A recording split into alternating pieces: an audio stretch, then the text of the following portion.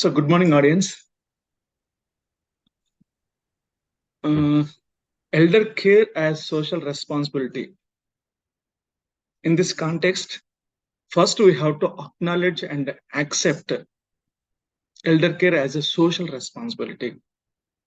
So, today I want to raise that awareness for the aging population, for their issues, and how to sort it out. How can we sort it out? With the build of sense of togetherness, with the active participation of the communities. Okay, we'll discuss that. So why should we take care of the elderly?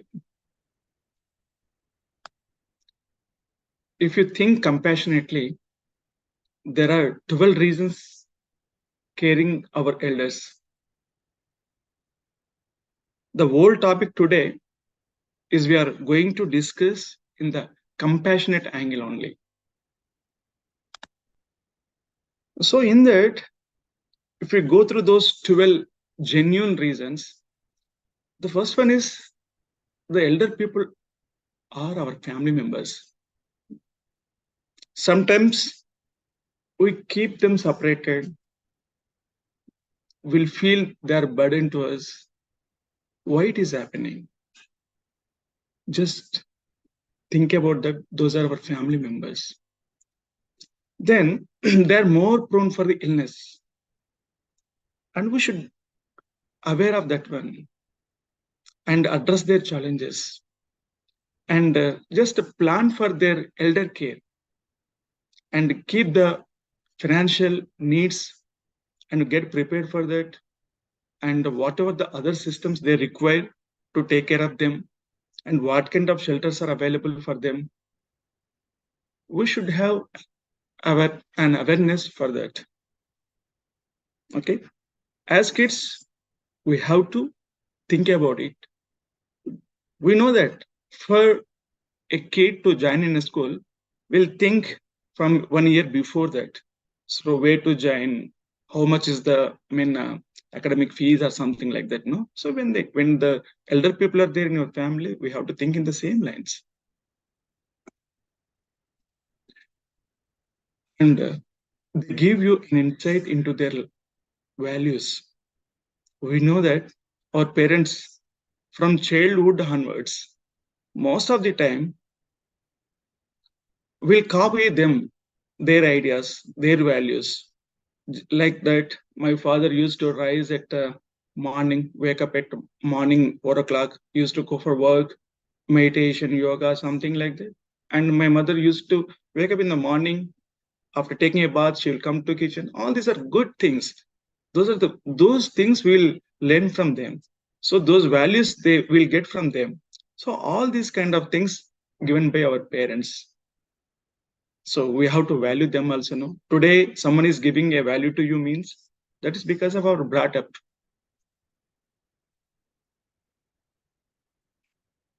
Of course, this is most of the time elders they'll feel existential issues. Who am I? What I am doing?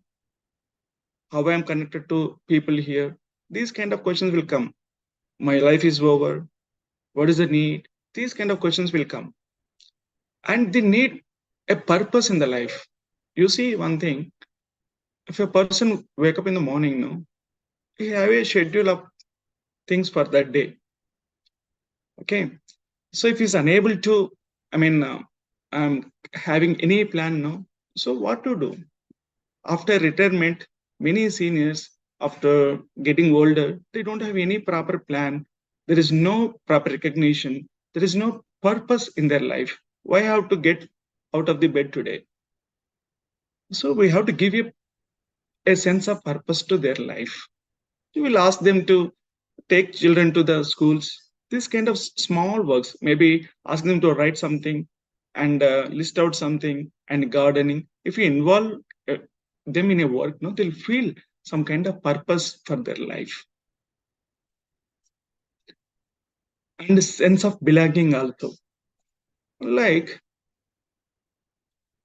as human beings in the society will feel connectedness.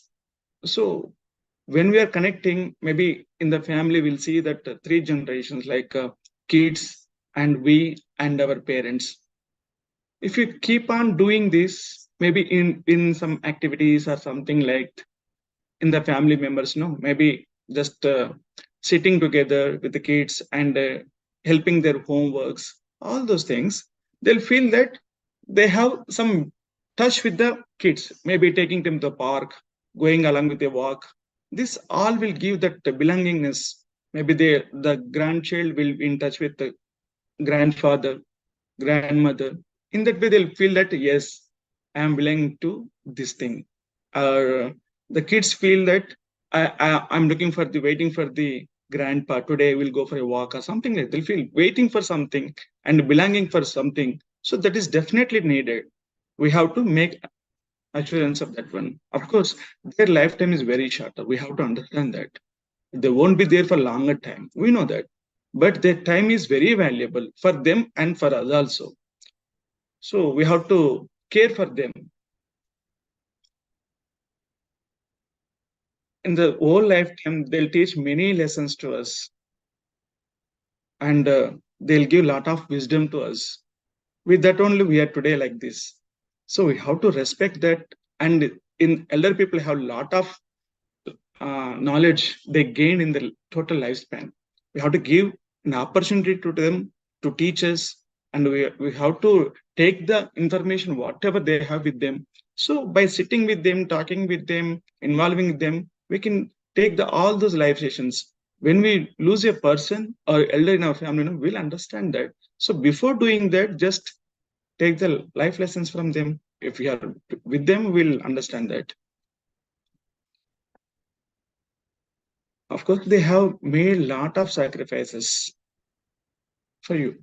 Whether we agree or not, parents worked for us at various levels in multiple ways to make our lives better in all aspects. We came to this level with their sacrifices only. So they sacrificed that much for us. So we have to, at least we have to acknowledge their, life and support from our end.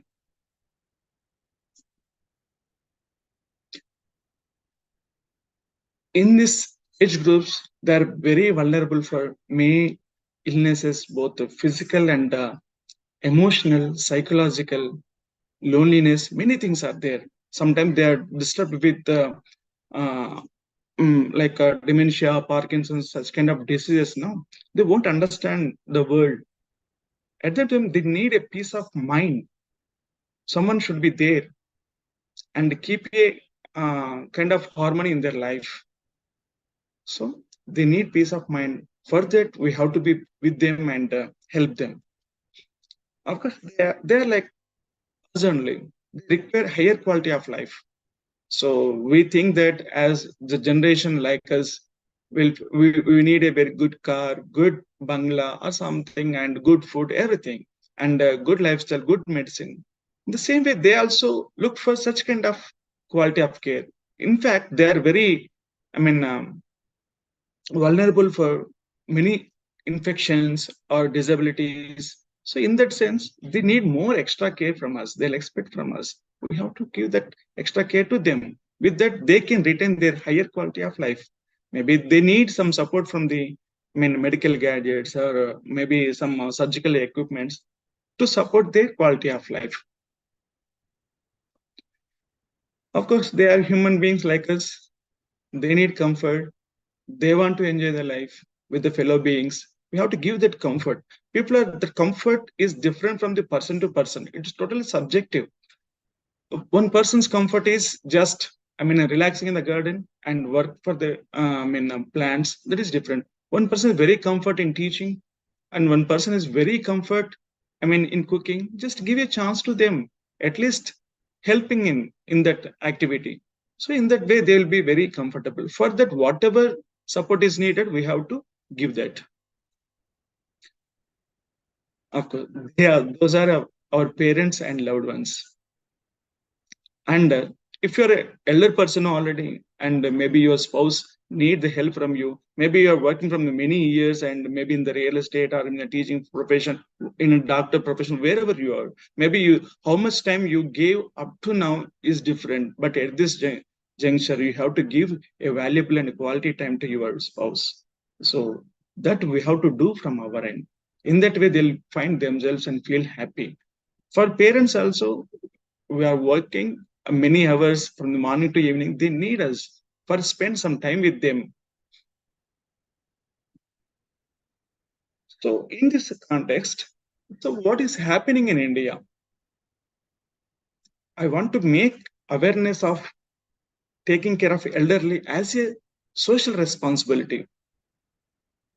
We should aware of the things what is happening in our India right now, how the trends are going on, how the population is going on. What about the aging population? We'll understand that. So present trend, as per the statistics of July 2023, India became become the country with the largest population in the world.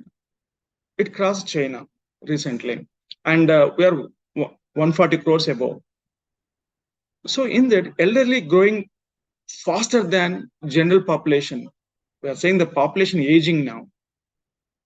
So at the rate of 36%, above 60 years, there are 10% of the people are there in the total population.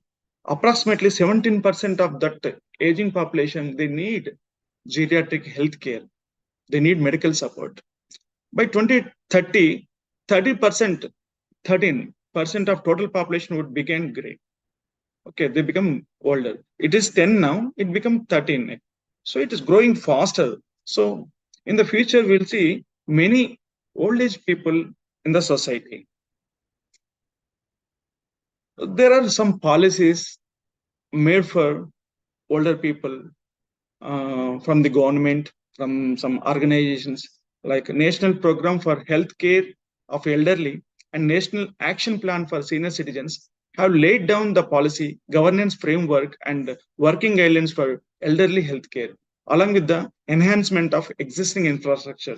You are just listening many times in the Niti Aayog also in these days. So all these things are happening, but there are gaps. So with that, the elder, wherever it is, maybe in village or urban or suburban areas, they are not getting the proper care for them. So not only the policies, but also the support system for the elderly also is not in a good way. It's going on.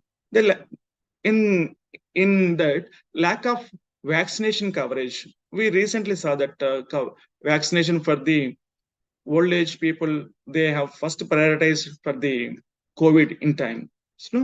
So in that way, not to react at the time when the diseases will shoot you, but before that, we should have a vaccination schedule for elders also.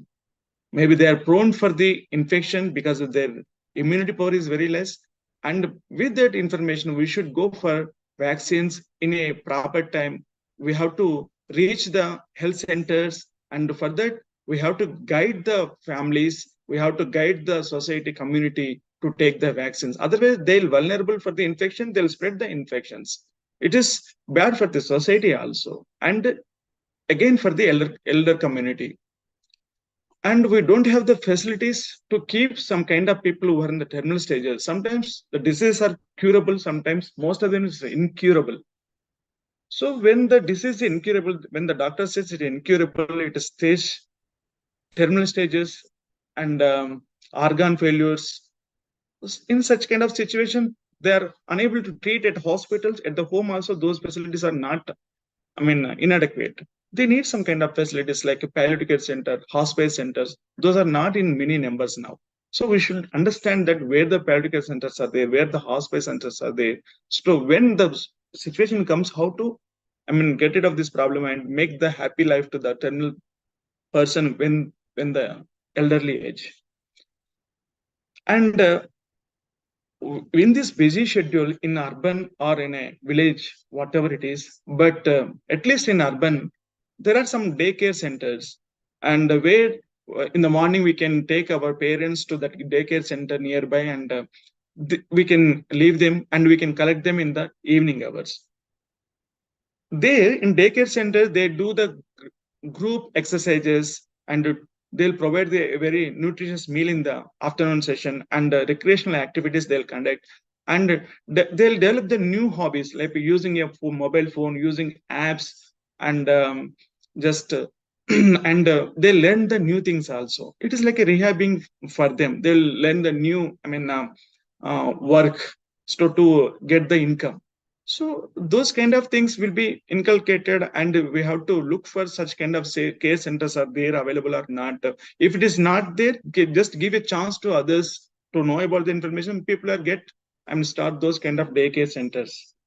And the coverage of utilization of the healthcare services in India is very in different states. Different states have different policies, and it is not the same. So we have to look for a uniform policy for that one. If it is not that, no, the many old age homes or in healthcare centers and geriatric centers, people are getting abused because of the no proper rules in that. And there is a very huge gap in rural and urban setups. In rural, there is lack of education, and socioeconomic conditions are not good, and they're very in tribal areas. They're vulnerable for the lot of infections in the rainy seasons or winter seasons or something. In the summers, they are very prone for the, sunstrokes and many infections. They lose their lives. Okay, there is a lot of gap in that. And do you know, presently it is going like this. Do you know what is the future India? So I took a reference from the India Aging Report from 2023. It is giving a very great information. We should be aware of this one. We should know about this one. Please Google it whenever it is possible for you. So what it's saying, demographic trends, how it is going, and just see it. In India, elderly population is growing rapidly, and the decadal growth will be 41%. Every 10 years, the growth will be 41% more. And by 2050, the 20% of Indian population will be elderly. Out of 10, 2 will be elder people. And you know one thing, and the population of the children will be lesser than the age population. And surprisingly, 80 plus years of experience expected, 80 plus years of age group above that will be 279% people of rise in the population. 2022 to 2050. So it's a very big number. That is one thing. And the other thing is more of the aged people will be women. They have higher life of expectancy between ages 6 to 80 when compared to men because of various reasons. Those are very, this kind of the genetic, maybe they have that capacity, they have good coping mechanisms, they can live without male spouse also. So the life expectancy of women will be more. They can gel with the family, with the other, society very easily. They can live independently, not like men. So the women, society will be more. Of course, poverty, and it is in the old ages, there is no income. They have to depend on the children, and they are vulnerable to poverty. They cannot take care of them. So like that, 40% will be suffering with this poverty in the old ages. And there is a very big barriers. Like there is a regional variation also. Maybe some states are having this elder age population is very high, somewhere it is low. But you can understand some villages and towns, there is a lot of gap in that population and their quality of life also. And you see many people are, elder age, what I'm saying is elder age people are, or older age people are, living most of them in the rural villages, rural areas, and kids are staying in the urban society. They have their own kind of setup. They cannot stay here in the urban societies. They'll stay in the villages. So there's a lot of gap that makes them, live with a lesser quality of life. and low awareness and social security schemes. ఈ social security schemes are there, no? So on that, the people are having very lesser awareness. In the especially in the old age groups, they don't have this kind of awareness. And some schemes I showed on the screen, you can see those. And Government of India is supporting all those. And different these policies are and schemes are different in different states according to their state policies. And the main concern and challenges given by this report: poverty is inherently gendered in old age, and older women will be there, no income, and fewer assets will be there. They are totally dependent. And major challenges facing in India in aging population are feminization. I said no, so many females will be there, and many are there in the rural people, and their kids are in urban. So the challenge is more women and more people, and more in the rural areas, and they they are in poverty, and with loneliness. All this will be there. This challenge, how to overcome that, we have to think about it. In the future, we are going to face this. And right now, I am also in 40s. Be in 50, in 2050, I'll be going into the same uh, kind of situation. So we have to understand the situation and move furtherly. So how to resolve it? So we have to first ourselves, we have to motivate according to these trends, and we have to plan for our future. And we should not burden to the, as a single person, we should not burden to the family. This elder care as a social responsibility starts from the person within the family. You take care of your elderly at home, later look for the elder persons in the community. If you want to build a compassionate community, you have to make compassionate homes. That starts an empathy from you. Develop an empathy and take care of your elder persons and the family members. With that, if you have a time, you can volunteer in the community also. Make the community more live with quality of life. If sometimes I've already discussed, some policies are not structured well, and some systems are not structured well. In the society, some supporting systems are not in a proper way. We have to look for this to build the compassionate community around us for the elderly age people. Even it is unstructured, no? Volunteer in your community. Visit an old age home. Just go and see that facility. Understand the problems and difficulties the elderly age people are what they are facing, and listen to them. And they have much to say. They always look for the people. They never say no to anyone. If they'll always look for a person who will come and talk to them, who will come and dance with them, who will come and read with them, who will come and talk with them and walk with them. So all these are there, and we have to go and sit together and talk to them and listen to them. And as we are running palliative care center, hospice centers, we are seeing many people, I mean, vulnerable for these kind of situations. Sometimes they'll feel very lonely. And some compassionate people from the community, they come as volunteer. They'll come and sit with them and spending time with them. And they'll give a chance to the family members. Maybe they're staying in abroad, maybe they're in the villages. They'll stay with them and talk to them, and talking over the phone, and giving and a friendly atmosphere to them, making a friendship with them. So all these are happening, and connecting with their family members and friends and community. This makes a sense of togetherness. And these people are very sensible. All these old age group people are very sensible. They have existential issues. They have very less time.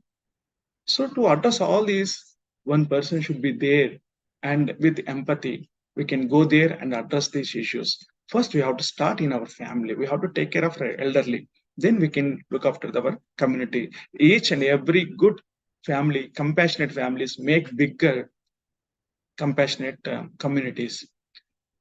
And the seniors all the time they'll enjoy time with the other, age group people. And no one is having that art to engage with them. We have to learn, so we can learn them and make them happy. How to make them happy? We can take them to a movie. We can take them to a walk. We can make them to a play. So all these things are there. So we have to do all this with the togetherness only. It will come. And make a secure environment for them. They look for the safety and secure. If they may prone for many falls, maybe just build a house like that. Their bathroom is very near to them, and they can easily walk to that. And give a surgical, items like a walker, a stick or something like that. Keep it handy and ready for them, and put a alarm for them, and a bell for them, emergency bell for them. Secure environment, and look for the environment, and some safe, guarding clothes for them, and all those things, and beds, and wheelchairs.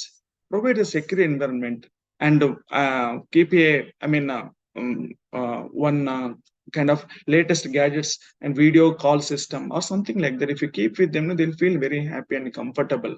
They'll feel that I'm okay, I'm safe now. So this will be there. It is there for us also, and the older people also feel the same. Okay, in these ways, if you care about your elderly in your family, you can care the society also. All the um, society will become more compassionate. So build such kind of communities, create compassionate communities for elders, and make society beautiful for the elderly. Thank you.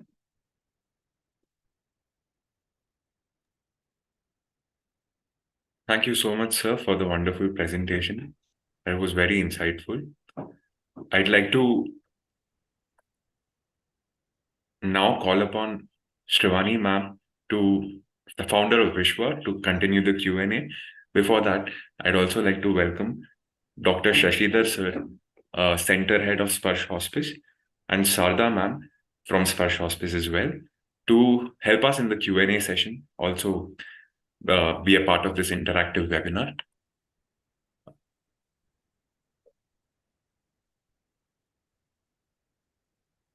Yes, Shrivani ma'am, I can just hand over the talk to you.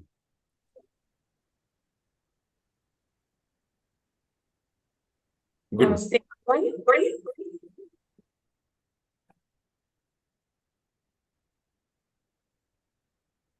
Can you hear me? Is there a good? Ma'am, could you just mute your mobile device? There's an echo. Is it better? Yeah, now it's good. Okay. So before we move into we get started, I would now like to request the audience to take 30 seconds to answer a poll for us. The purpose of the poll is to help us understand you a little better, so we can better curate the topics that we bring to you.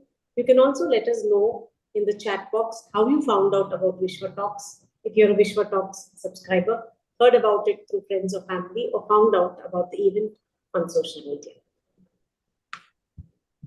I would now like to express my gratitude to the speaker, Dr. Anjaneyulu Konda, for taking time to taste this event. This is a very, it's a need of the hour. It's a topic of the hour. Today, with growing urbanization, families moving from joint families to nuclear families, we see we are in a moral dilemma. We have little support structure to help us. And it is not fair to blame the children for not being able to take care of the parents. It's not fair for the parents to not be able to take care of the children. I mean, for the children, it's not fair for the parents to feel that the children are not able to take care of them. Then what is the solution? How, when the children are not equipped to deal with diseases, to deal with taking care of not only the geriatric issues, but also ailments, parents who are suffering from ailments like Alzheimer's or you name it. There is a whole education that has not been given to the children of elderly parents. So in this current situation, we need to reassess the situation in our country and find solutions which are workable, acceptable, respectable to all people in the community. So a special thanks to you once again, Dr. Anjaneyulu Garu, and my gratitude to everybody who has joined us today with their presence, and we wish to have a good interactive session with each of you. With this, we will start off with the question and answers. Many people have been asking us from time to time, which are the good old age homes in and around us. This question is from Mr. Gauri Pati. Yes. Is there a list of elderly care centers?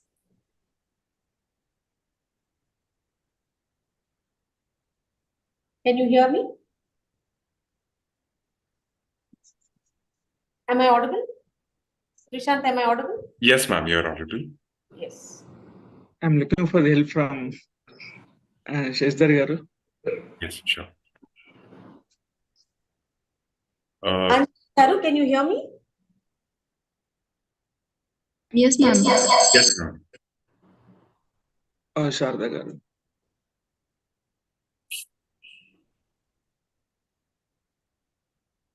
I think he's expecting Dr. Sharda to answer this question. Yes, I've just pinged them to unmute themselves.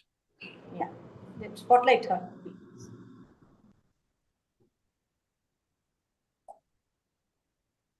Spotlight her, please.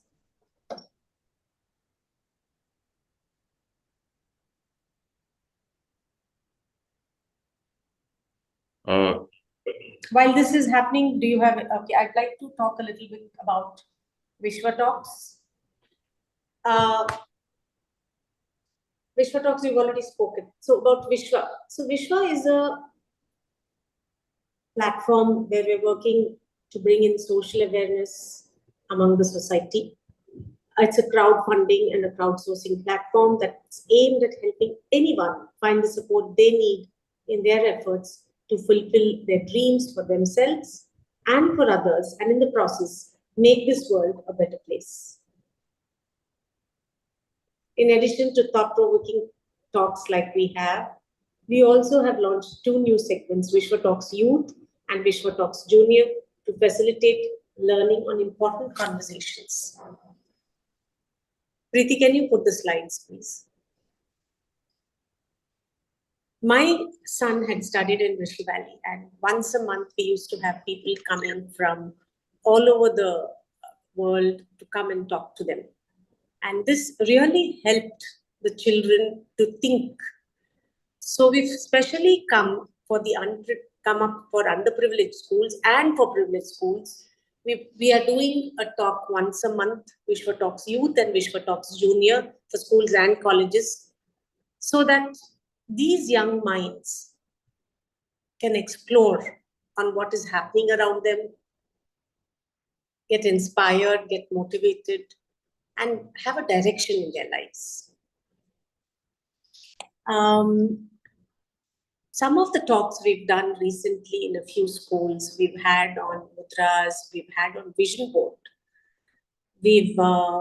The response from the students was absolutely amazing, which we did not expect. We are also doing something called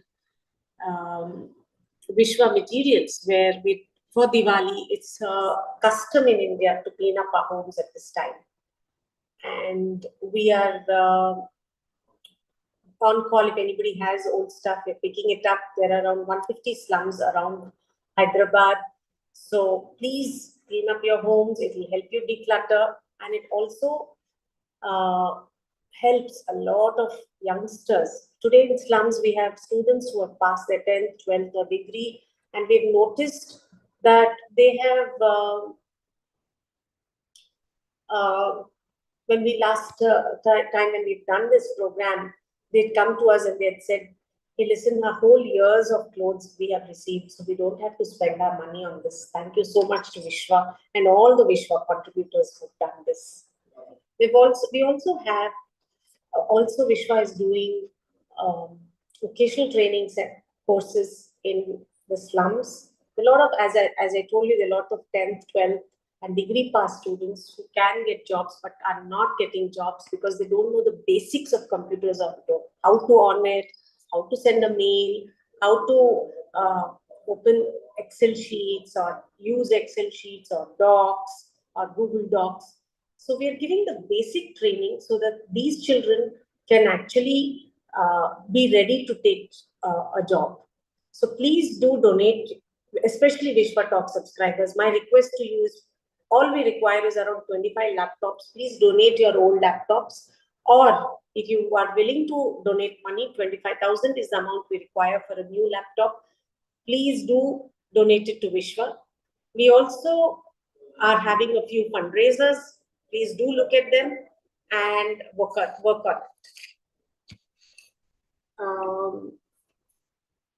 Trishant, are we ready? Yes, ma'am. Sarda ma'am has joined in too.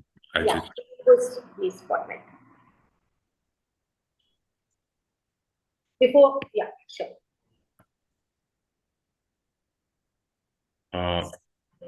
Spotlight her, please. Sarda ma'am, could you please unmute yourself and start video?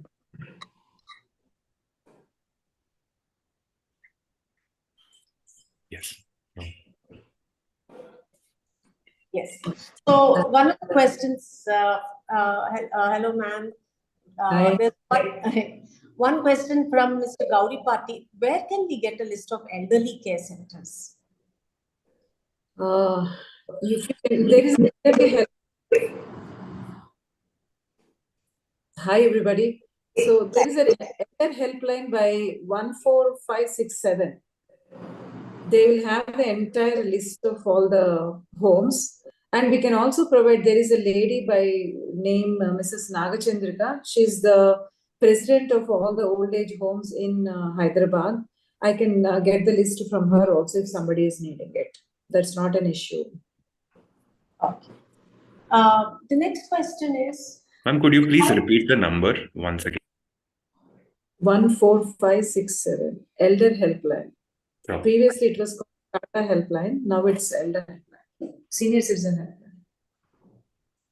Ma'am, what do you suggest, because the costs are high, how do you advise the elderly on the wills that they should do?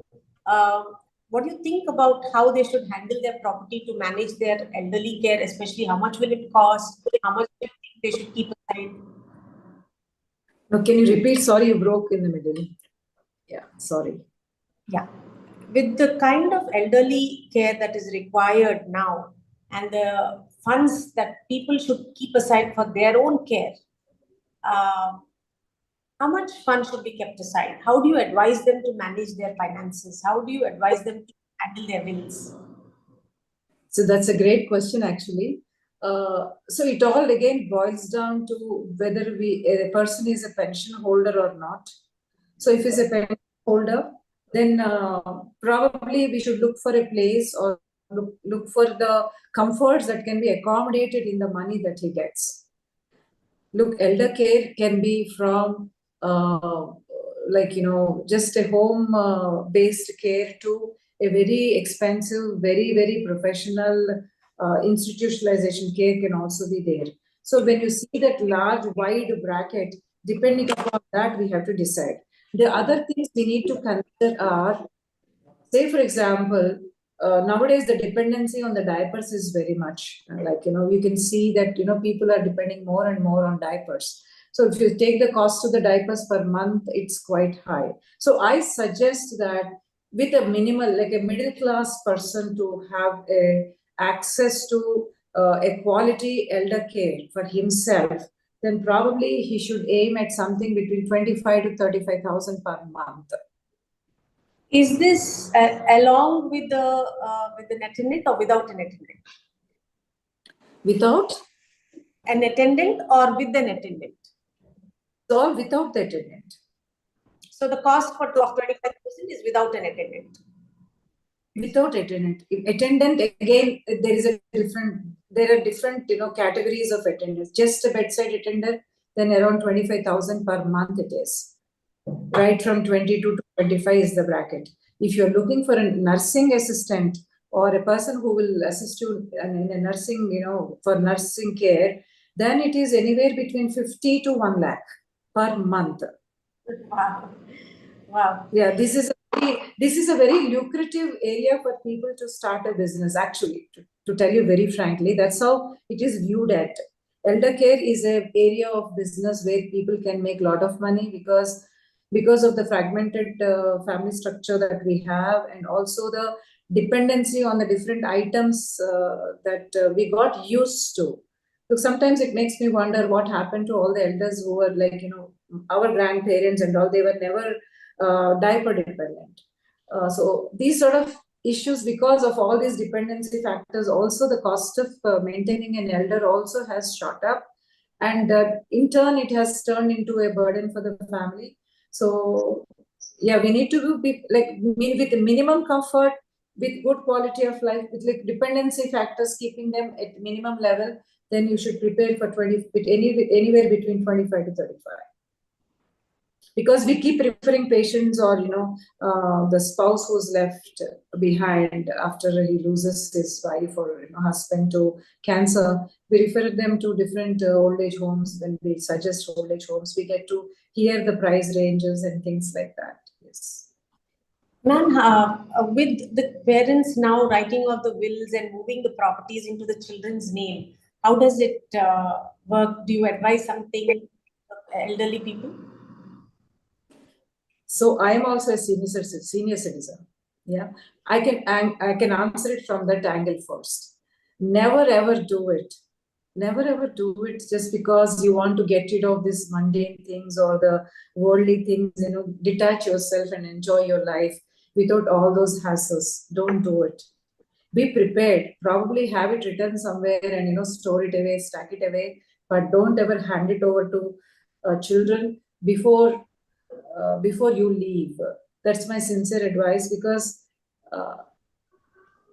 many cases we have seen wherein the thought of this money, the thought of this comfort, the comfort the money can bring has changed many people's minds, many children's minds, and and the quality of the elder care was compromised.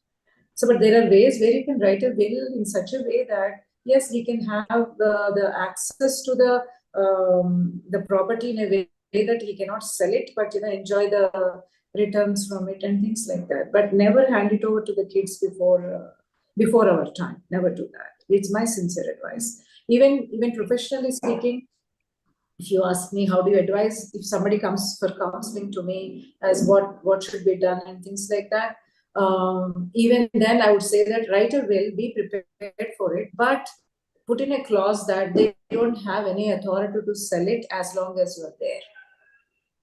That's what I advise. But so much of social pressure on the elderly parents. You don't know how to walk, you don't know how to manage, you can't take care of yourself, you move your house to your son's name, otherwise they'll go live separately, you'll have no one to take care of you. How do you handle that? It's completely the voice is not there. Can you repeat the question? I'm sorry, I'm using that sentence. There is so much of pressure. Society saying you are old, you're right now dependent, you're unable to manage yourself and your finances and your day-to-day concerns. So leave everything to your son and move things to your son's name because you can't handle it, and then they will leave you if you don't move it onto their names. How do you advise them to handle this? yes, there will be some sort of a domestic pressure and things like that.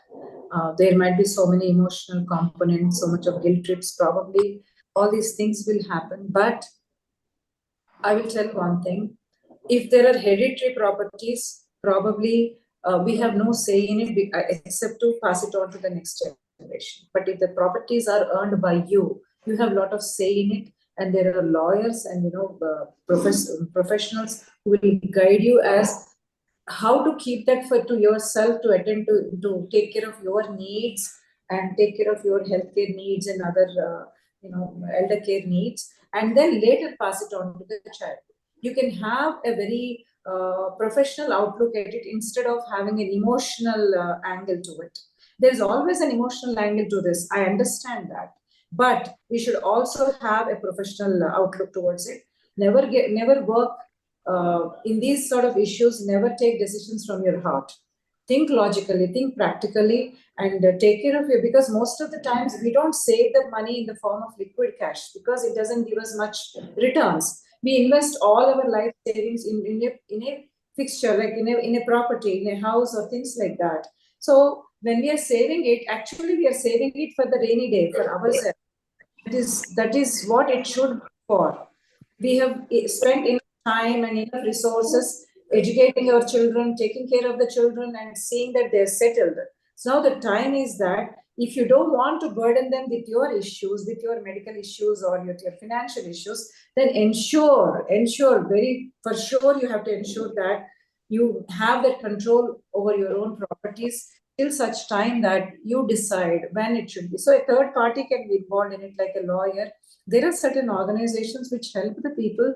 When a message goes to that organization that so-and-so person has passed away, that person from that organization will come and meet the family and disclose the will that the person has written. There are certain facilities like that. Even in Hyderabad, I have heard that. Okay. Mr. Shmuel, will you unmute yourself and ask a question?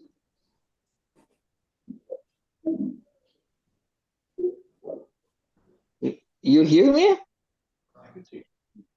Yes. Yeah. Okay. I want to ask next question. How? What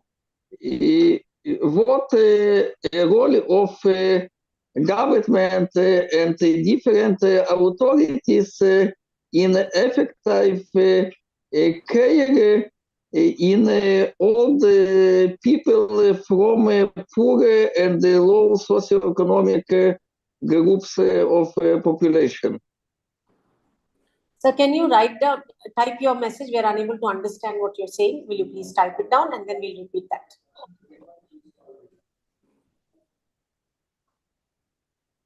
We're unable to follow your question.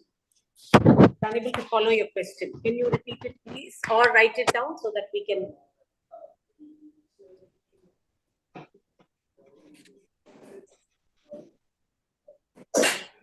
I'll get on to the next question from Mr. Nagender Kumar. Whether doctors having specializations to treat elderly people are required, please send details of welfare schemes for elderly people. Is there a specialization for geriatrics?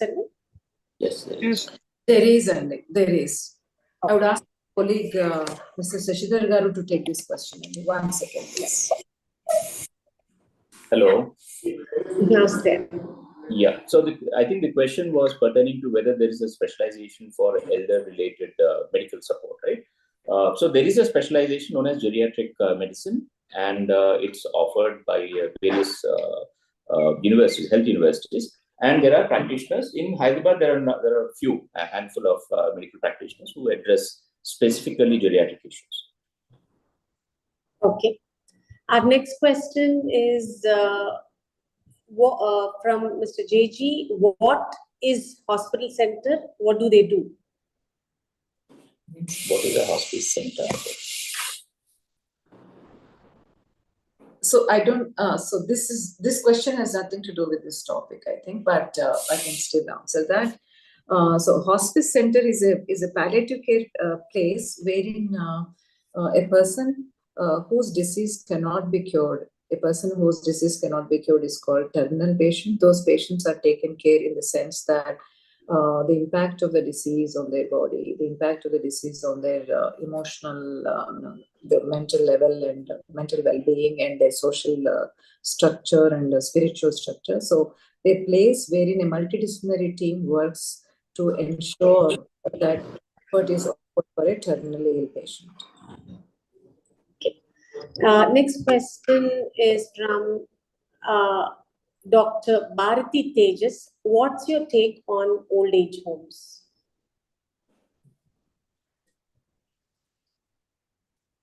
What's my personal take on old age homes? Yeah. So if it is taken, like if somebody's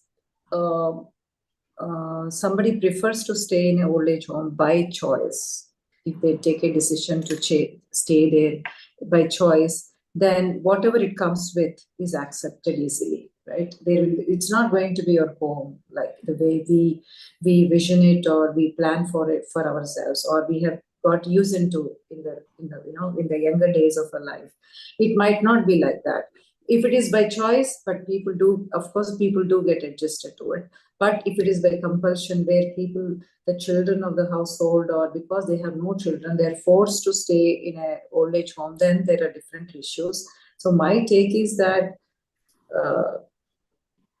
the people, when we reach an age where we know that we are going to be dependent on somebody, even for our physical needs or activities of daily living, it should be our choice as how we want to live.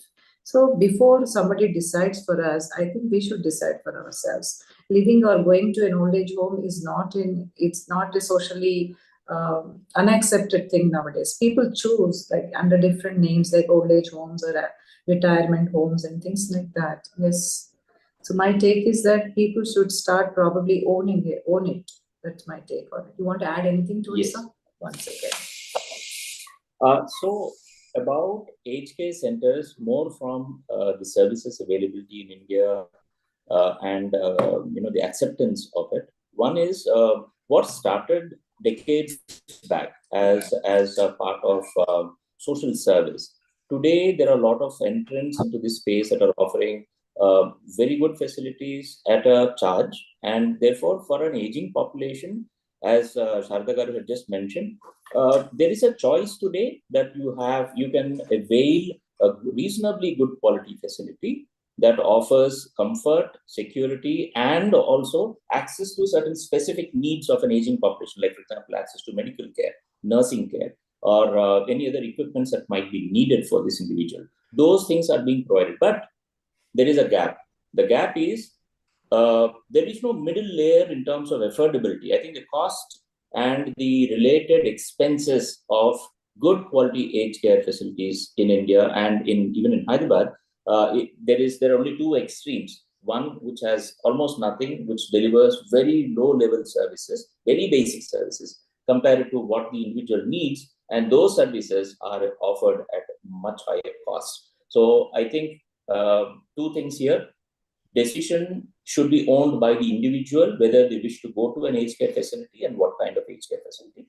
The second is, very importantly, is the elderly, the older population, I think, has to now start investing their money that they have saved over decades in their own well-being in the last stages, rather than to expect someone to be able to do that for them, especially when it comes to family. There are a lot of reasons, and nothing to negate someone. But I think given the fact that we are living in a more and more urban nuclear setup, it's essential that the elders invest in their own well-being. And I think aged care centers is one place which is going to be the future. It's going to be where a lot of the elderly population is going to be living in the next few decades. So this is my take. There's a question from Dr. Bharati Tejas. Will you please unmute yourself, please? Yeah, ma'am, just like what you said now, it would be the individual take. But then there are some like the elderly who they stay by themselves at home and they have their children who have settled across. But then still they say that I know I am fine. We can manage ourselves in our own home. We don't need anybody to come and take care. if the kids insist like need to have some nursing people or somebody, no, we can manage ourselves, it's fine for us. So how do you bring them to an understanding that over a period of time their physical ability would come down, or whatever it is, they would need a dependency or a support, may it be a nursing at the home or may it be a old age home? So how do you get them convinced for such reasons, such situations? Interesting question, because this is something we deal with quite often. So there are two things you have to understand, Dr. Tejas. One, you come from a generation that is relatively independent. You come from a generation that that includes me, that we tend to look at practically what needs to be done. Now, the generation of the the elders, Gen X or the ones prior to them, these are individuals who have lived in a very community kind of a setup. Their social fabric is much more stronger. Their expectations are very different from what we are willing to offer now. There is a mismatch in expectations versus what they're getting. So when we work with the older population, one of the things that we encourage them to do is to explore opportunities and ways and means by which they can reduce their own distress or issues, find mechanisms of creating support systems at their level. At the end of the day, they may not be necessarily aware of what is available locally. It is for us to be able to create that set of information tools that are necessary for them to avail. And I think this is where when we work with an older population, we tell them that these are the homes that are available, these are the standards of these homes, these are the services that are available to you, this is a legal advisor who will help you plan your finances better, this is a person who can help you prepare your living will if you wish. I think there is a need for information and training of the older population as well. It's easier said when you give them that information and you say, okay, this is what you need to take a decision on. But that is a generation that's going to really be quite wary of anything that needs to be done, which is outside of their own life experiences. They're definitely going to expect a lot more. And it is our bound responsibility to ensure that they get that information in a way that they understand. We need to spend time with that population. No decision is made promptly. It takes time. And therefore, working with an older population and getting them to accept all these services, it's not a one-day event. It's going to be over probably a few weeks, if not a few months, before they accept it. Acceptance is something that is very important here. Okay. Next question from Mr. Swapan Kumar Pal. It's actually more of a statement. I am a geriatric care consultant, medical gerontologist residing in Darjeeling. A very good discussion. They would like to, Dr. Konda and both of you, Dr. Sarda and Shashidhar sir. Yes, so please do share the audio record. Yes, we will be posting it on YouTube. You can see it. Okay. Next question is Challa Vella Nagendra Prasad. Even financially well off are lonely and do not get trusted servants or volunteers. Do not want to move from their house. We've had happy days, plus try to help, but lack of volunteers, not able to do full justice. Happy Days 65 plus Chennai are webhappydays.in. Yeah, so yeah, a lot of elderly people who are well-to-do and they're unable to get trusted servants and volunteers. And the elderly do not want to move out of their homes. What is the question? It's a statement. Get that. Okay. There's one question from Vijay Lakshmi Rudrai. How can Vishwa help us? See, the only way Vishwa can help us is to bring social awareness.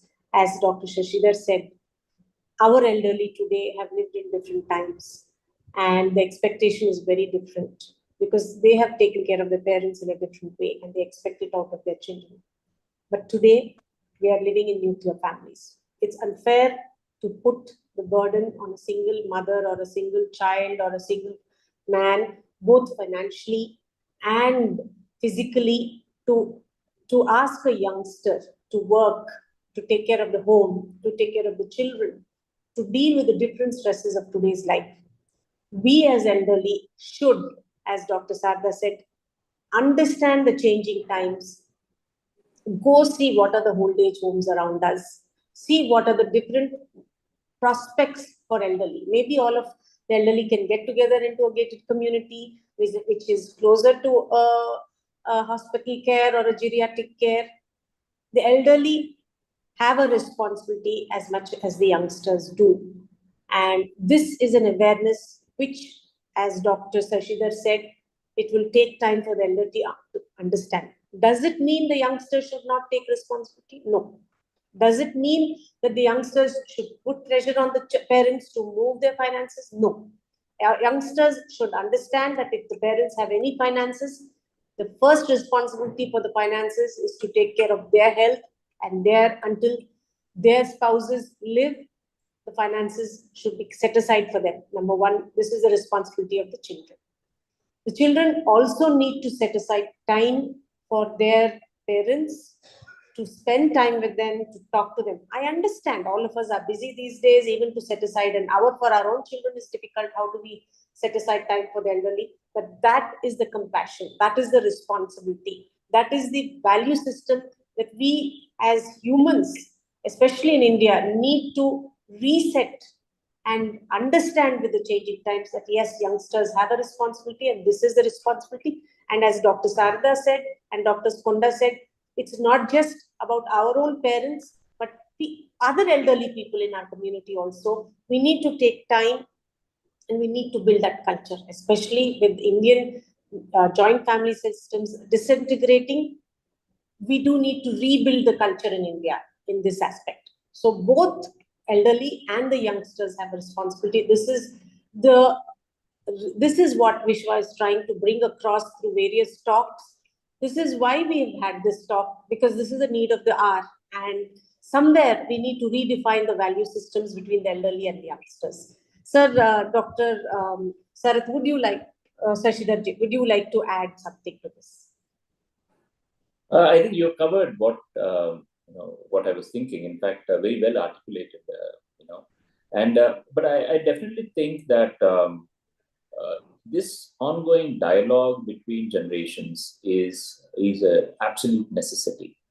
And if we don't, as I'm a Gen X, and there is a Gen Y ahead of me, and there is behind me my parental generation, three different people, and the Gen X is the one we are the transition generation. And I think the challenge for us is to not only build a better future for tomorrow, the youngsters of tomorrow, but also work towards building an inclusive society. And this is where not only is training and awareness a integral part, but I think as a generation, we need to be a lot more open to exploring opportunities, creating opportunities. In fact, one of the things that comes to me is when someone in the earlier question said, in Chennai, there is a certain issue, for example. Technology is not the solution for everything. To put a WhatsApp group and expect all the elders to be on WhatsApp group, talk between themselves, that isn't necessarily their way of communicating. So there is an opportunity for individuals to step in and provide services. When companionship was brought up as a point earlier, companionship does not happen because we as individuals are so busy. How much of time are we willing to take out in a week and go spend some time with a person we don't know much about? It has to be intrinsic. It has to be something that we want to do ourselves. So there is a youngster in Bombay who I believe he's guided by Ratan Tata to put up a companionship program. We may not necessarily have to do something at that scale, but yes, as individuals, we'd like to volunteer our time. Let us create mechanisms of engaging with that generation. Once you do that, then I think a lot of these other issues, like where they're going to stay, who's going to care for them, what kind of support systems are available, all of that can be addressed. And I'll just give you an example. During COVID, I work for the hospitals, I work for the medical, the healthcare sector. And during COVID, in the gated community that I live, almost all the elders, because I was the only medical professional in that gated community, and I was traveling out of the center, out of the home, everybody else was dependent. The elderly who was staying alone were dependent on whatever support they needed. whether it is medicines, it was a diaper, it could be something else. So if we don't step up, there is no possibility that the elderly person living alone in that house, irrespective of social status, financial capacity, is going to be able to avail a service at all. So I think it is necessary for each one of us to step up and be the solution, build a set of solutions that will meet the needs of this group. So whether it is identifying an old age home in your area, going, visiting it, even if you have no use for it, but if you're able to review it, you're able to do an evaluation and put it out into the general community, into the public forum, and say that, this institute has this services, this is what I think is a right, what is good about it and what is not good about it. You have created a mechanism for someone to evaluate local resources and take probably an informed decision about putting their elderly or the loved one there, or where an elderly person might be thinking, I cannot manage the house anymore. I want an old age home to shift to. Their biggest dilemma is they don't know where. I remember a neighbor of mine, a retired Air Force test pilot, who's alone. He's a widower. And he's asking me this question, Shashi, I don't know where to go. I don't know what to do. I don't know who's going to care for me. He has stage 4 cancer. Who's going to care for him? So unless we as a community step up, unless we become stakeholders in the care of the elderly, how is it possible that some solution is going to work for them? That some solution probably is inaccessible to them because they're not tech friendly.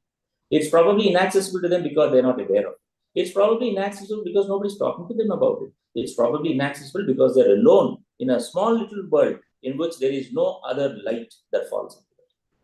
So isn't it our responsibility to be a part of that solution? That is what I personally feel. I think we all need to be a part of that solution. Let's step up. That's my request. Next question from Mr. Nagarajan Krishnamurthy. What is the impact of modernism-based education, decline of the joint family system on elderly care? Will you please explain it? I am probably the wrong person to address that. But okay, so I'll just take a try on this. In the Gurukul times, when we had education, the education system was very different. Where we had children sitting, sweeping, taking care of the requirements of their gurus.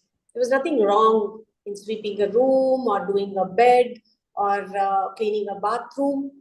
But our present education system, which is very British when it started, doesn't teach the basics to our children. Whether it is about growing your own vegetable garden, about nutrition, about finances, about taking care of your elderly, about etiquette. The current modern education system shows no responsibility in teaching values to our youngsters.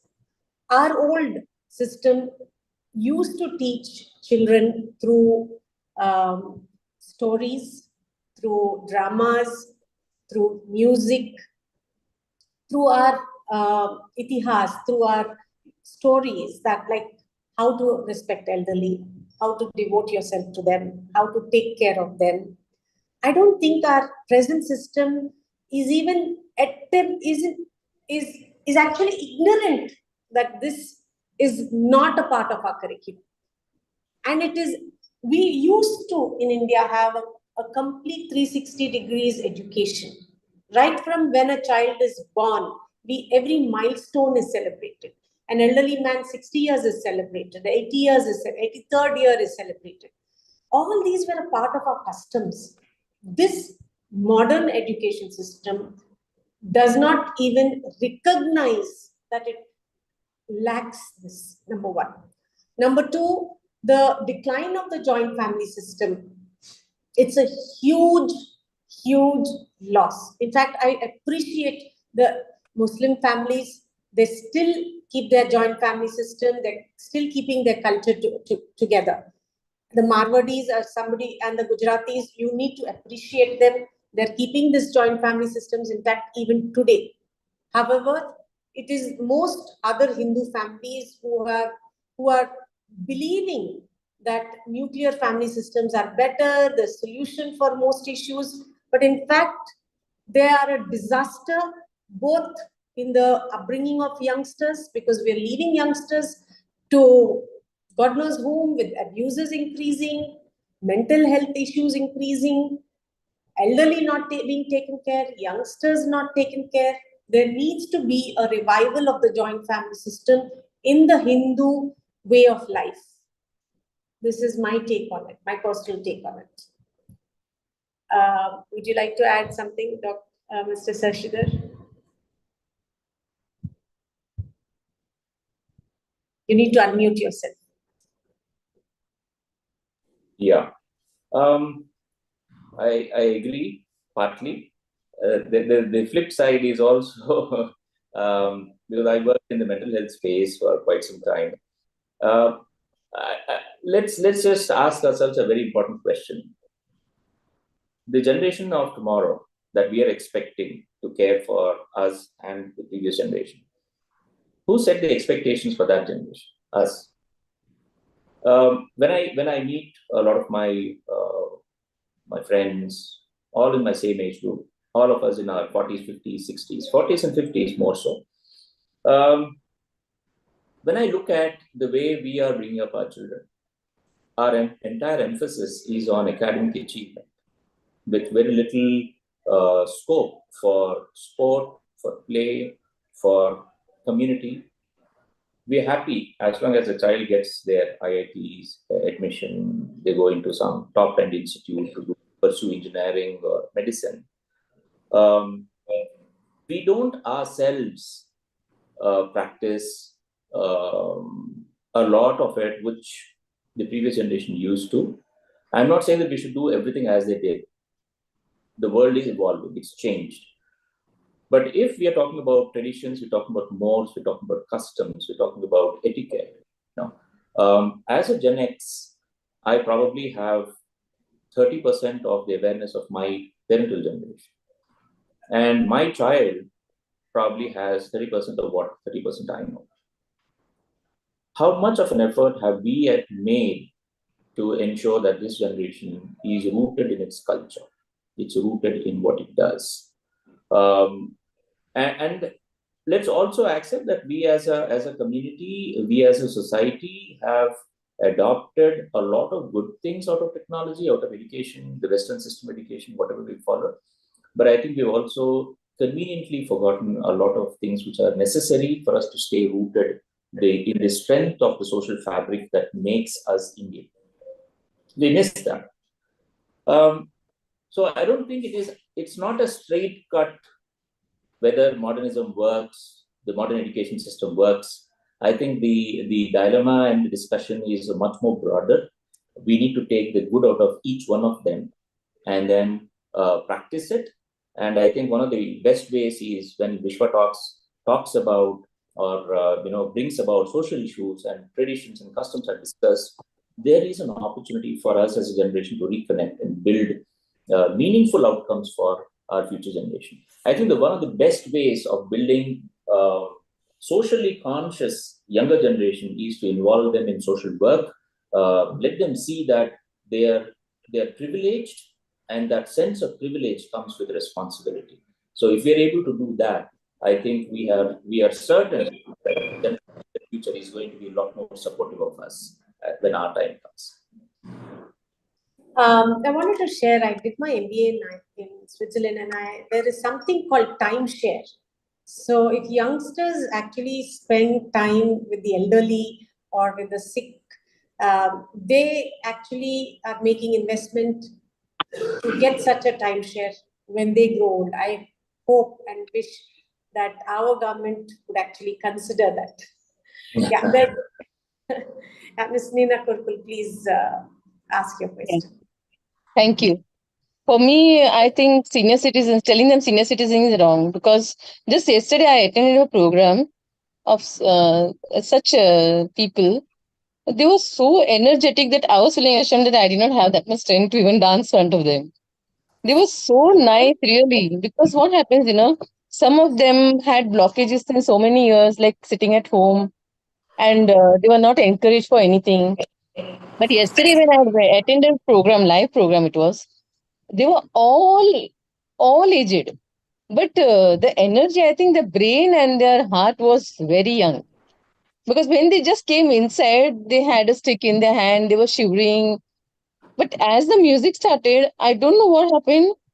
They were so energetic that I felt that I was old than them. Means it is like that really. Means it is a fact I've seen many times.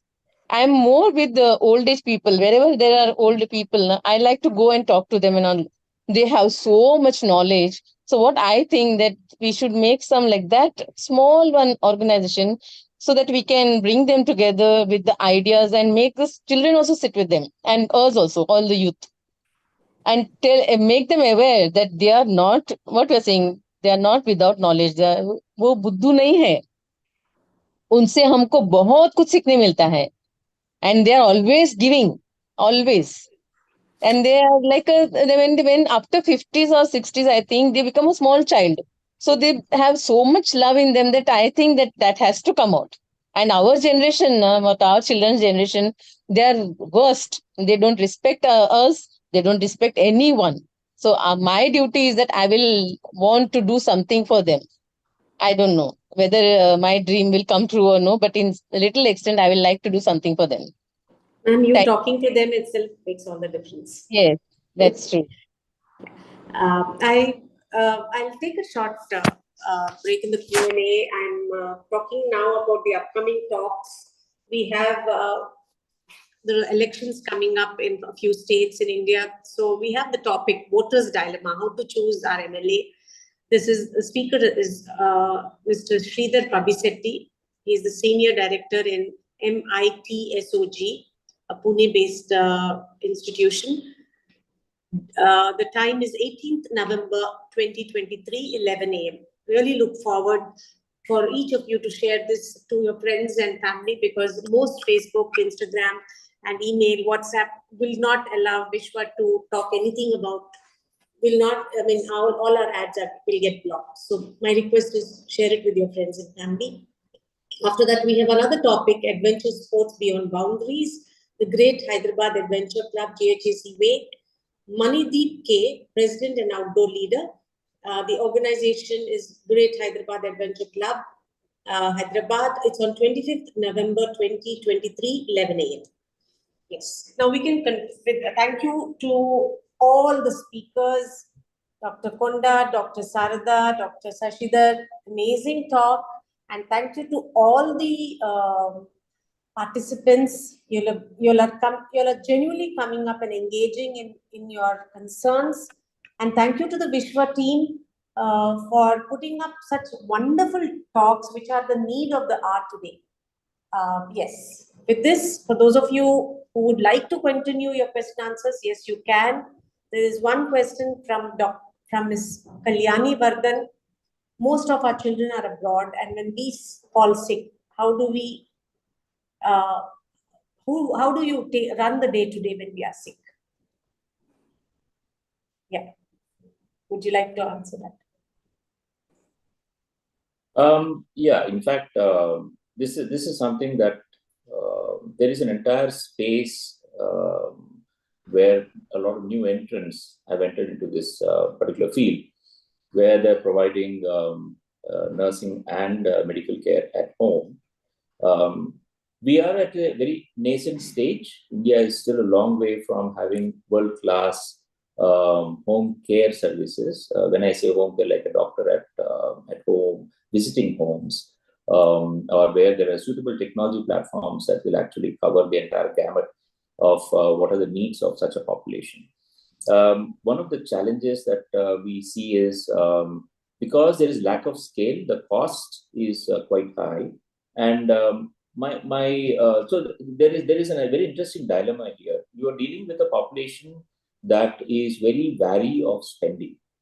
They belong to a generation that has taken the rough path. They've taken a very difficult path to create the savings that they have. So they are averse to spending.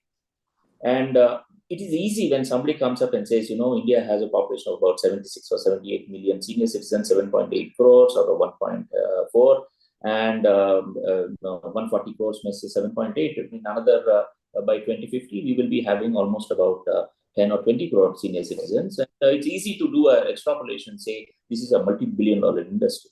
What you're forgetting is this multi-billion-dollar potential industry will never fructify if you're not aware of the sensitivities of economic spend of this particular generation. So while there are services available, we have to understand that the little services that are available, the decent quality services that are available are expensive. And I see a lot of families and I see a lot of the senior elders themselves not wanting to spend on their own. They don't spend. They will say, why do I need a neurologist at home? Knowing full well that they need to go and consult a neurologist or a cardiologist or a gynecologist or a nephrologist for all that you care. You know, it depends on whatever is the health issue. If somebody has to come home, that someone coming home is actually leaving his or her OP, which means their revenue of that day is affected. Therefore, they're going to be asking for much higher. Home-based services are still in the early stages.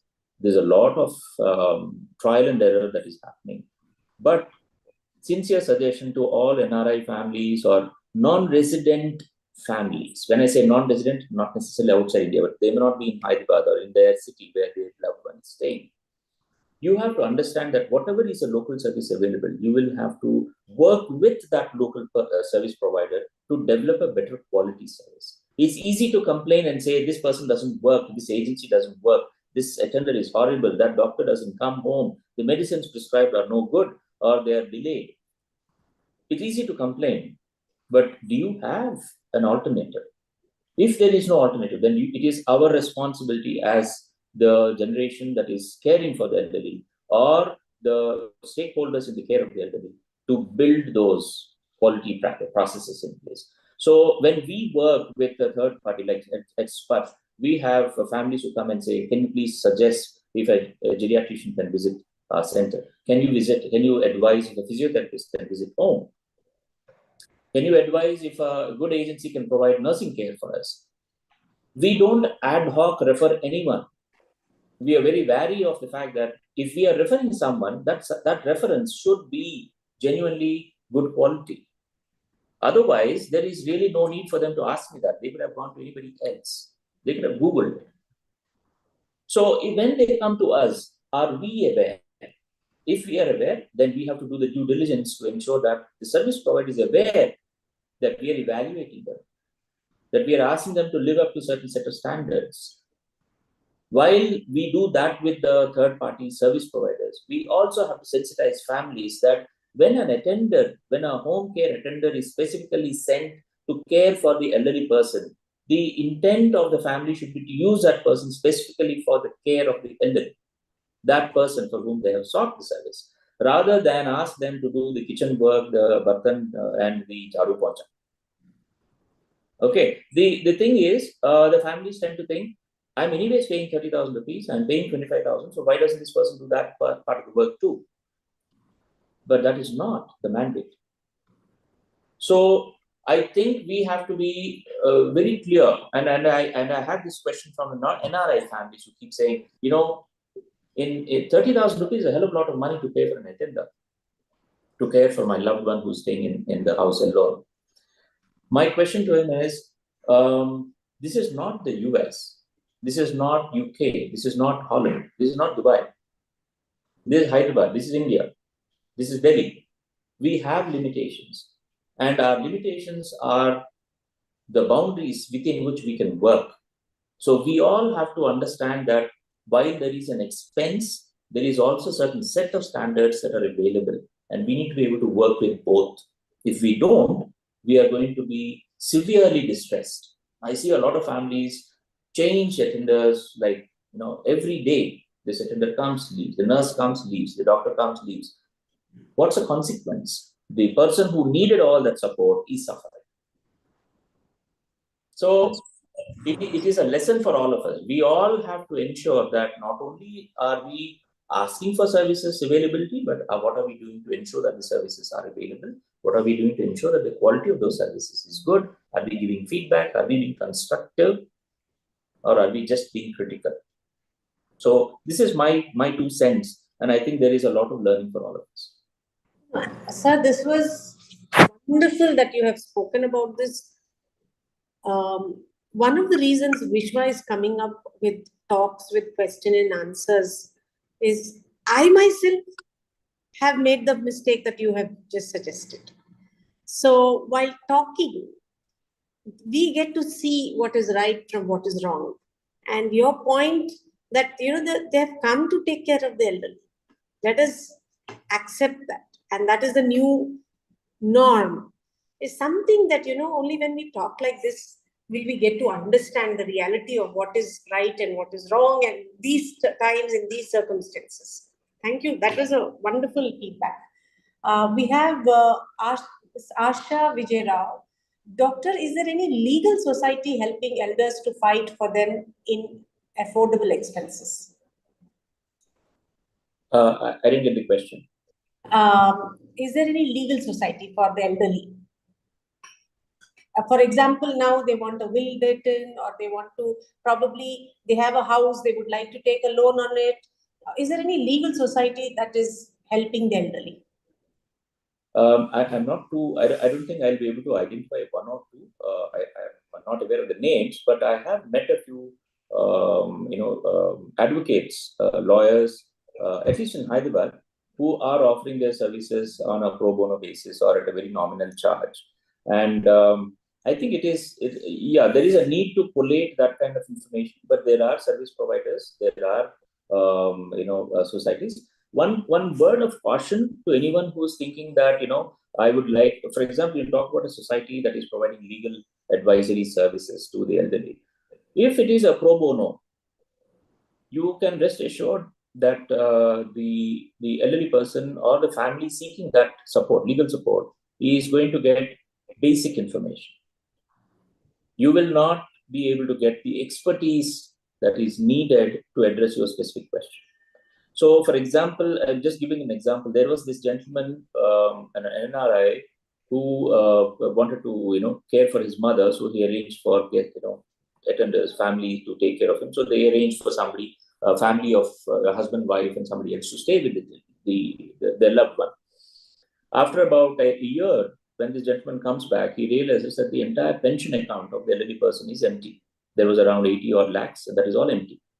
And the house, which is worth a few crores, is in the name of the attender's family. In the name of the family that was caring for her, the attenders, the agency that had put those two resources there. Those two people had gotten the house transferred into their name. And this NRI lands up in Hyderabad, and he comes to us and says, this is what happened. What do we do? So they have gone and sought the support of a local NGO, and they connected them to a legal advisor. And that gentleman gave them a broad outline of what could be done. But if you're expecting that this individual, the pro bono legal advisor, to go out on a limb and do what is necessary for you, then I think you have a challenge. They have limitations too. Pro bono is like, I give a few 2 hours, maybe a day out of my 30 days in a month. And they would like to address as many needs as possible. So while it is good to seek the support of nonprofits, NGOs, and others in this space, my strong suggestion is please reach out to established legal advisors and take their help. Okay, there is, for example, there is an NGO that works exclusively on guiding elderly to prepare their living will. That also helps them prepare put their financial matters and their estate-related issues in order. That will help them prepare an actual document, a will, so to say. And they will also give you a mechanism to store all of this information in a repository, so that on the demise of the individual, or where the individual is no longer has a capacity to do what is necessary, those documents will then be accessed by whoever is a nominating individual or association, who in turn will execute it on their behalf.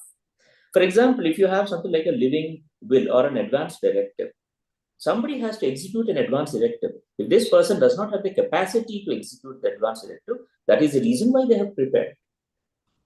So someone else has to execute it. That execution cannot be left to a pro bono fee advisor. They don't have any stake in your well-being. they're restricted to information sharing. So this question requires us to think on two lines. One, yes, please do seek support of nonprofits, NGOs, or such services, such societies. They will give you basic information, but always seek the support of an established legal practitioner, even if it costs you some money. That is money well spent, because it is for your safety and the safety of the loved one. It protects you. Sir, can you name that NGO, please? Ma'am, I can share it to you subsequently. It's not, I'm not able to collect it off my. Share it with our participants later on. Okay. Next, there is one, Mr. Nagarajan Krishnamurthy. Change of option from moralistic to materialistic is the main reason for elders left as orphan. Now, there is a steady increase in the number of elderly orphans than child orphans. Change of mentality through education and law is inevitable, and the need of the hour. I think it is this that the talk is trying to address, that both the elderly and the youngsters need to change their attitude towards the current and reschedule, re-evaluate our value systems in this. Yeah.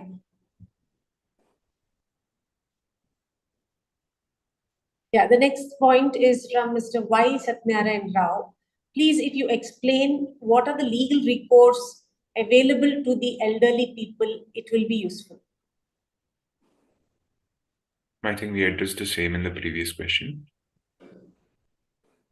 If you please explain what are the, yeah. Next question is from Ms. Sarita. Are there any elderly daycare centers where we can spend time during the day and take care and come back home? Yeah. So is this specific to Hyderabad?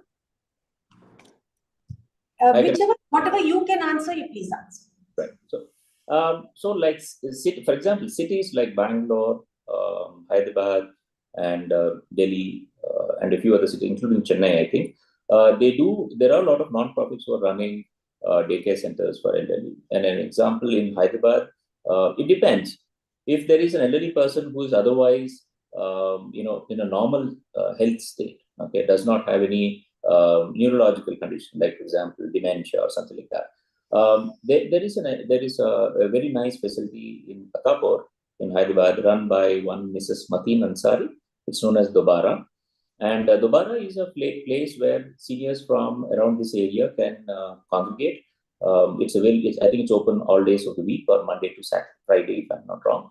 And they have a library, they have a lot of activities, they have events and performances, and it is for the elderly, by the elderly, and it is for them. And it's a very nice place. Like that, there is another facility that is coming up in Eramanzil, known as Alambana, and but that is primarily for elders who have a cognitive dysfunction like dementia, and but their loved ones are always welcome, because invariably the elderly who has a cognitive dysfunction like dementia is also cared for by another equally elderly person, which is a spouse. And therefore, the center offers them both an opportunity, cognitive rehab for the elderly person with dementia, and generic space for spending nice time, quality time, doing activities, indulging in their art and whatever it is for the elderly person. So this is another one. Like that, I think there are very few, but the few that are there, like Alambana, like Dobara, these are institutes that are slowly coming up, and I think there is an opportunity for more such to be established. And you can definitely look at Dobara. It is there. You can Google it. It's available. Otherwise, I can share the details of this organization. Alambana also, I'll be able to share the details. So, Mr. Shmuel, can you unmute yourself and come? I'll repeat his question once.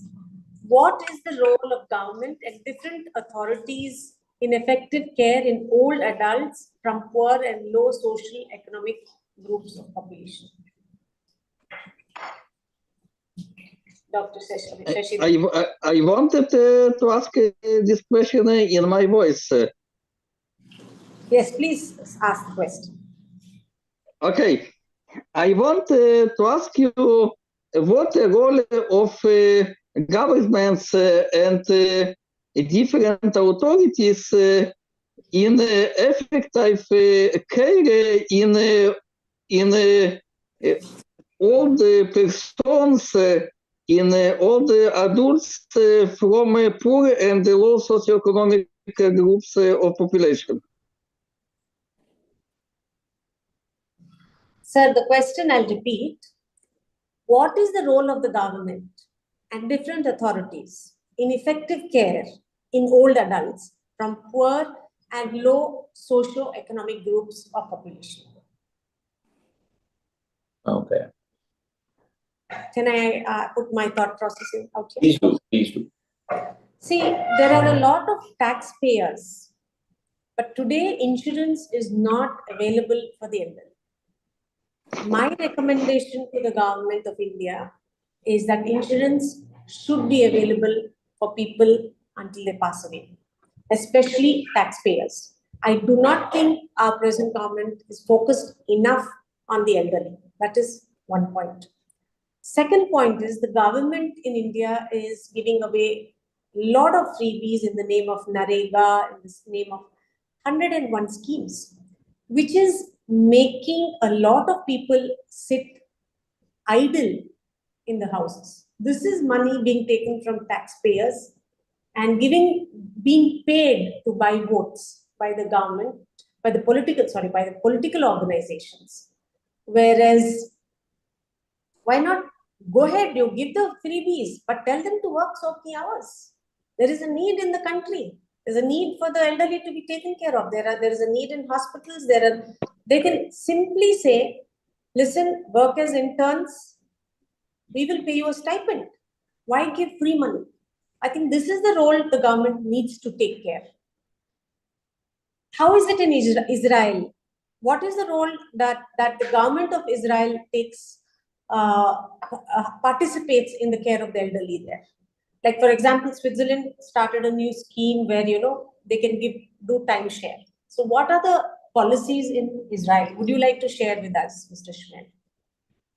Yeah, of course. In Israel, the situation is next. In Israel, in the last 20,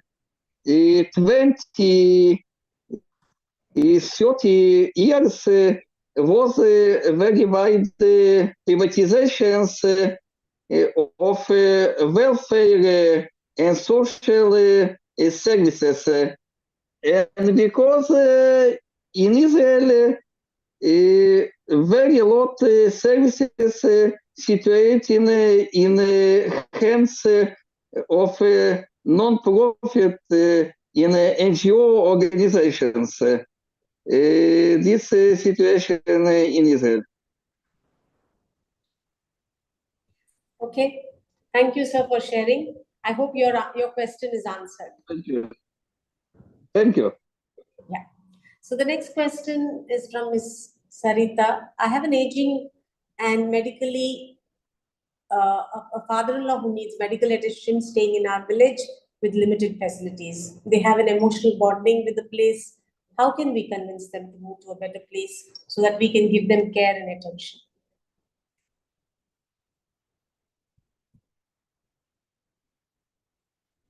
So you need to unmute yourself. Yeah.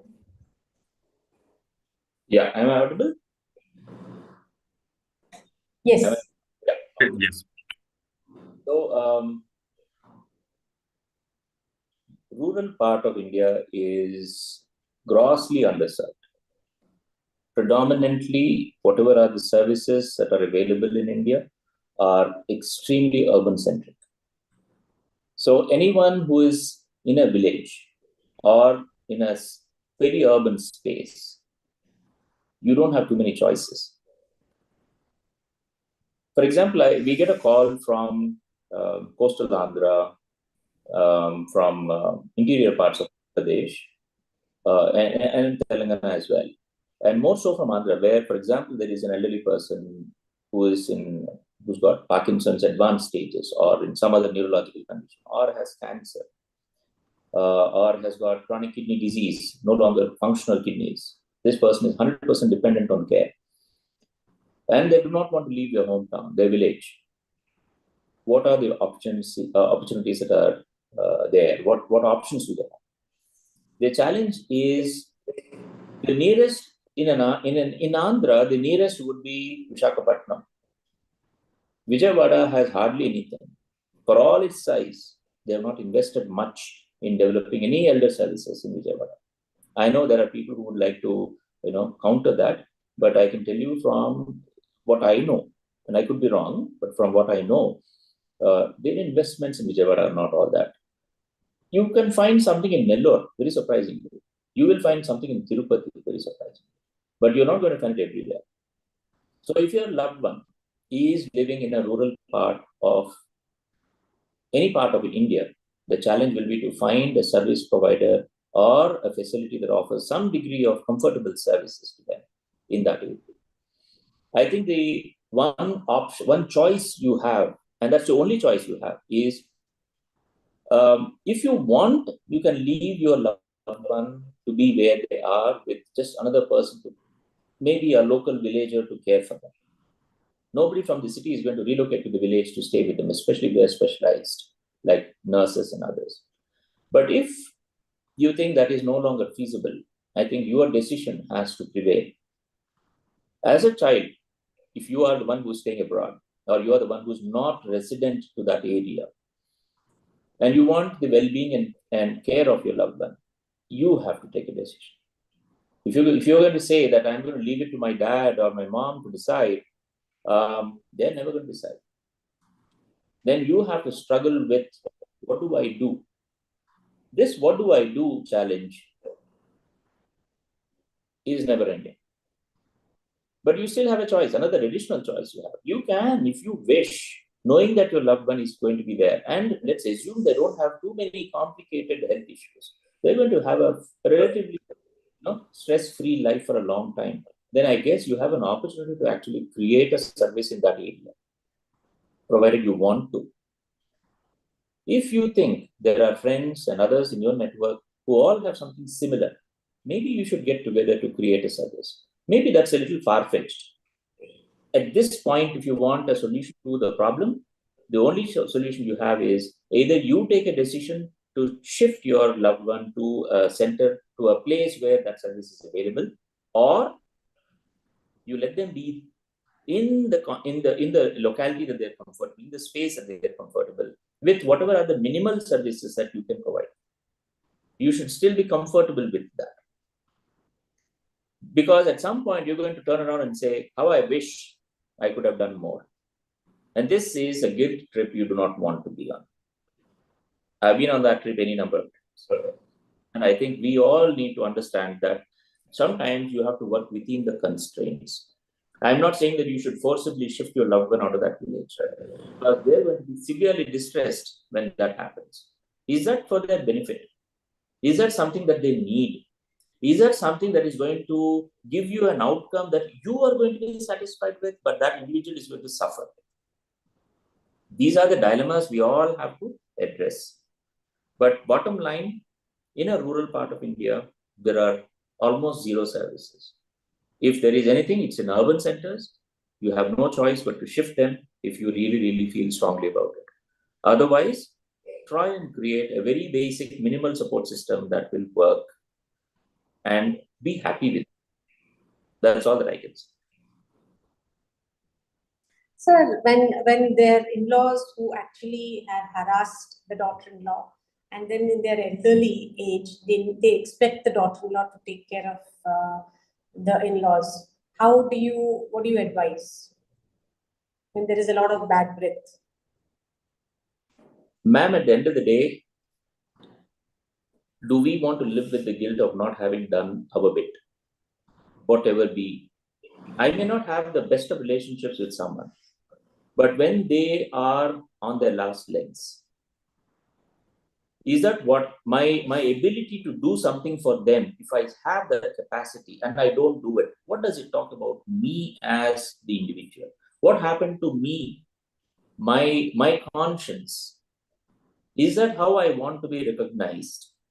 I don't think the individual who has suffered at the hands of another person, if they were going to repeat, if they were going to do, I do unto you as you've done unto me, I think at some time we are going to turn around and ask ourselves this question: how I wish I didn't do that. We're going to feel that. I think at the end of the day, as individuals, as humans, as emotional beings, we are going to ask ourselves that question. Because if something untoward happened in your life subsequently, long down the road, at that time you should not think, ये मुझे भुगतना पड़ रहा है because तब मैंने ऐसा किया था. Is that something we want to live with? So yes, it is not easy. I have a case, or rather we had a case where the gentleman who had a major illness, he was a very difficult man. His family felt that he was extremely abusive, violent, physically violent. He had an alcohol problem. And therefore, when he became chronically ill and needed support, I remember his sons telling me that I don't care if he dies. How I wish he would die in the bathroom. We wouldn't pull him out of that. Let him die in his whatever. Yes, there's a lot of hurt. There's a lot of emotional trauma there. I remember his wife saying, why should I do this? He did this to me. He caused so much of grief to me. But when you are there, and that is the emotional state, I think we all have to make sure that the issue is addressed in such a way that in future, the family, the individuals do not, curse themselves, do not feel guilty that how I wish I didn't do what I did. It is necessary for us to look inwards, find that strength to still do what is good, because that is who we are. If I'm going to do what they did to me, how different am I from them? I definitely would like to answer that to myself when I'm in a bad situation. Excellent answer, sir. Excellent answer. Very thought-provoking and great advice. Okay. There is a question from Mr. Swapan Kumar Pal. All discussions are going on social gerontology. We have a need for caregivers, gerontologists, geriatricians, physiotherapists, geriatric nurse, geriatric counselors, etc. Is there any government initiative or a CSR which is like, what are the number of seats that the government is allocating for these geriatricians? What are the number of institutes which are there to train for training these kind of people? Is there any government initiative, any CSR, any organization working in this front? I don't think I'll be able to answer that at length, but I can definitely say that under the Ministry of Family Welfare of the central government, under the Department of Social Justice, there are a lot of programs specific to geriatric population, the older populations, where there are a lot of incentives for non-profits and others to establish training centers and skill building capacity programs, and establish facilities for the older populations. And sadly, there are not too many takers for it. How I wish more people stepped up, because gerontology and geriatric studies or geriatric medicine are not considered glamorous. It is not considered revenue fetching. It's not, it doesn't give you that social position which we all strive for. So there are very few takers. I'm not saying that there are insufficient seats. I'm sure there are sufficient seats in all the medical institutes, but like certain aspects of medical studies, geriatrics is one of the less preferred, and therefore you're not going to see too many geriatricians out there. The few geriatricians who have entered into this space out of their own interest have been in this space for a very long time, like we have a few here in Hyderabad, and I'm sure in other cities as well. But youngsters entering this space, it's still a very, very small population. But I'm sure they will also realize that with an aging population, India is never going to be a very young population. It is going to eventually become an older population. It is already on that journey. So how I wish youngsters would look at the unfolding opportunity to develop an entirely successful career in geriatric space, be it nurses, social workers, psychologists, or doctors. Sir, will you be able to share with us this information that which ministry is giving these incentives so that we can share it with our participants? Yes, yes. Ministry of Social Justice and Empowerment, if I'm not wrong. I'll share the details. I'll share the links with you. Another question from Mr. Shmuel from Israel. How elderly care support improvement social and economic well-being of the society? How can the elderly care support improvement of social and economic well-being of the society? Ma'am, you'll have to take that question. So I have I can answer this. I have some ideas on this question. I've noticed that in this coming generation, when a business is started, a lot of youngsters are coming into work. They're very intelligent, very smart, very savvy, but most of them need mentors.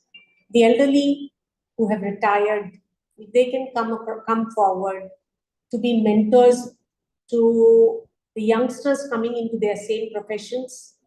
That could be helpful. The elderly can actually be working or even be part of the daycare centers that are there. That could be helpful. There are a lot of areas that the elderly, as long as they can work, talk, think as per their physical capacity, are in a position to still contribute to the social economic well-being of the society. We need the elderly to not think that they are of no use to anybody. There is a need for the elderly to take an initiative by themselves to look at which areas they can contribute. There are enough of apps in the country which allow elderly people to reach out to youngsters to contribute. I will check out and we will actually send it to our participants about these apps. Yes. Next question, Dr. V. Sundaresan. Senior citizens care is a must, which should be the health policy of all government rulers in any country. Agreed. Dr. Nagarajan Krishnamurthy. Government can give economic care, but only family and friends can give emotional care, which covers for life. Agreed. Swapan Kumar Pal. Sir, District Legal Services Authority provide legal services for elderly. It's a NLSA program. Thank you so much for sharing that with us. Mr. Narendra Kumar Chaudhary would like to speak. You'll need to unmute yourself, raise your hand if you want to speak. Dr. Bharti Tejas, yes, sir. Please unmute yourself and speak. Yes, yes, go ahead and speak. We can hear you. We can't hear you. Okay, ma'am. Am I audible? Yes. Okay. Ma'am, from my personal experience, I just want to share. I am about 70 years old. I was in service. I was not in business. So with service experience and after 10 years of retirement, what I feel that if someone is dependent on own self, it brings a lot of rejuvenation and it energizes. Even like this very small example, form filling, that income tax return form filling. I could have easily afford to 1,000 or 2,000 and approach as an income tax consultant, but I do it myself. And though it takes 3-4 days, but after finishing that, the enjoyment which I get, that hopefully improves my health. I have so many problems. I have heart problem. I have poor strength in my heart, and I have sugar problem. I am aged also, about 70. But even with that, I used to work fully and meticulously. Suppose if I go to bank, what happens in the bank, people will say something, and people of our age, they will just interpret, oh, they are like that, okay, they will accept. I won't accept because I have an experience. People of my age have an experience, but the problem with them is they accept it. They accept, oh, this is the thing, oh, that's the way it should be. No, no, no. Why it should be? We have to say whatever is experience, and very politely. Very politely, if you say, no, no, no, sir, they simply say sign here. Why should I sign? I should I should read the content and then only I should sign. No. So there are few things which one just practices in day-to-day life. Though we have very limited work, like going to bank, going to shop, and few interactions online. If we do it meticulously, we will feel happiness, and that happiness will rejuvenate ourselves, and that will ward off all the problems, not all the physical problems, but mental and internal problem will be away from us. And moreover, these help. Somebody was talking about taking help of son or daughter, and expecting them to help in return because we have helped them in childhood. This should not be the logic, because we have helped themselves, we have helped them, and they are helping their children. So why should we want any return help? And because I know my glass is half filled or even 1/4 filled, so I should be happy with whatever I have, even with 25% of water in my glass. If I am positive and I can be positive, that is my personal experience, so that will yield a good result. And the senior citizen, 20-25% senior citizens, they are almost depleted. They need, I agree that they need some assistance, but 75% also, in spite of having their own energy, experience, and even time, they just think that, oh, we have gone old and we need dependence. Why? These things invites our this old age problem very fast. So So this thank is you for sharing. That was really inspiring, for letting your the co-elderly understand that yes, they have the energy and they still need to be independent and contribute. Yes, we'll go to our next.